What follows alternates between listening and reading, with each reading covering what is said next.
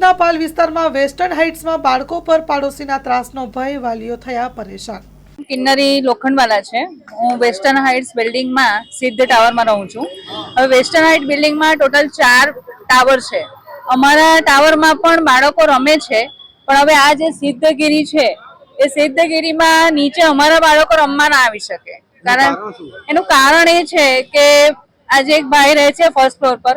એ ભાઈને એવું તકલીફ છે કે બાળકો જરાક પણ અવાજ કરે તો અમને ન્યુસન્સ લાગે છે।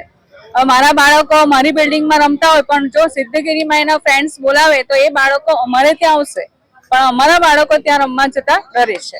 હવે બાળકો મોટે ભાગે તો છે ને ઘણા ટાઈમથી ડરે છે। 3 વર્ષથી આમ તો ન્યુસન્સ છે, પણ આ ભાઈ છોકરાઓને વિડીયો ઉતારે છે ને ત્યારે છોકરાઓ ડરે છે કે ભાઈ અમે રમતા હોય ને વિડીયો ઉતારવા, એટલે ઘણી વખત એવું થઈ જાય છે કે બાળકો ઘરે આવીને એમ કે સિદ્ધગીરી વિંગ સિવાય અમે આ બાજુ રમશું। હવે નાના બાળકો હોય અને વેકેશનમાં હોય, વેકેશનમાં પછી રમવા ક્યાં મોકલીએ? તો એ ભાઈ તો અમને એમ કહે છે કે ભાઈ એપાર્ટમેન્ટમાં રમાડવા નહીં, તમારે બહાર કોઈ એકેડેમી જોઈન કરાવો, બાળકોને અહીંયા રમવાનો સ્પેસ નથી। હવે અમારો પ્રશ્ન એ જ છે કે એપાર્ટમેન્ટમાં ન રમે તો ક્યાં રમે? હવે અહીંયા ગાડી 200 ફ્લેટ છે, એક પણ ફ્લેટ એવું નથી કે 4 વિંગમાંથી ફર્સ્ટ ફ્લોર પર કોઈની કમ્પ્લેન હોય।